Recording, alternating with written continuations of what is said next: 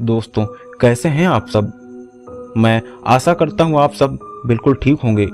दोस्तों, आज की ये कहानी बहुत ही विचित्र है। इस कहानी के 2 पार्ट हैं। ये कहानी का पहला पार्ट है। इस कहानी में आपको सुनने को मिलेगा कि कैसे राहुल के साथ किसी एक आत्मा से प्रेम हो गया था।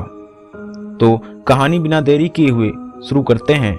जल्दी से अपना हेडफोन लगाइए और शुरू हो जाइए सूरज कुमार के साथ।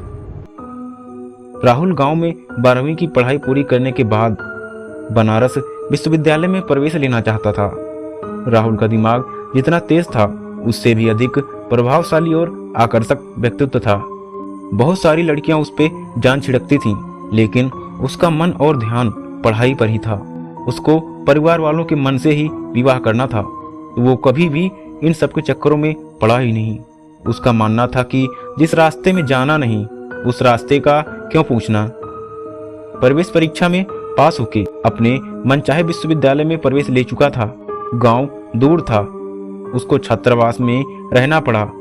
उसको छात्रावास में आए अभी कुछ ही दिन हुए थे। एक कमरे में 2 लोग रहते थे। समर उसका दूसरा रूम पार्टनर था।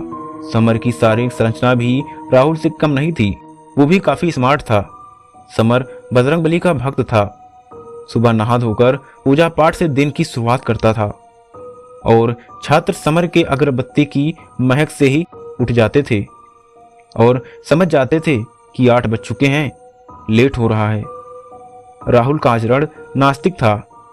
वो भी अगरबत्ती की सुगंध से ही उठ जाता था, लेकिन थोड़ा गुस्से में। अक्सर राहुल और समय की बहस अगरबत्ती को लेकर हो जाती थी। नए सत्र की शुरुआत हुए अभी 4 ही 5 महीने हुए थे। छात्रावास के लोग एक दूसरे को करीबी आ चुके थे। किसकी किससे बनेगी इस बात का बोध ज्यादातर लोगों को हो चुका था। कुछ लोग तो अपने करीबी दोस्तों के कमरे में ही रहते थे। अगर किसी को ढूंढना है तो उनके करीबी रूम में चले जाते थे। अभी राहुल का कोई ऐसा करीबी नहीं बन पाया था। वो मौज मस्ती में कम ही शामिल होता था। एक रात राहुल किसी और कमरे में पढ़ रहा था। इस वजह से समर को अकेले ही अपने कमरे में सोना पड़ता है।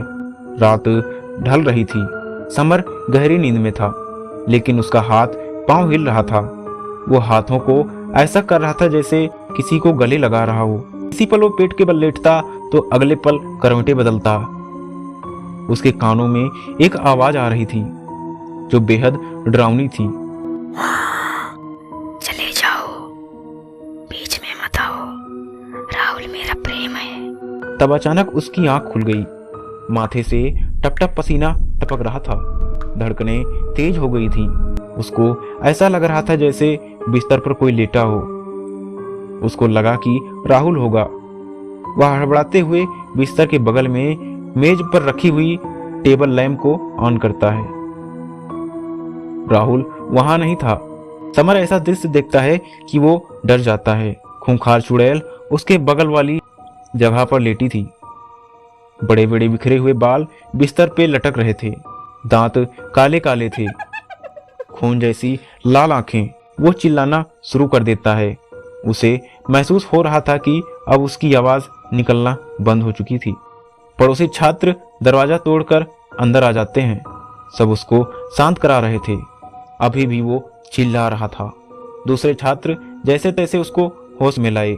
दोस्तों, इसका दूसरा पार्ट मैं जल्द ही लेके आऊंगा, तो थोड़ा सा इंतजार कीजिए और चैनल को सब्सक्राइब कर लीजिए।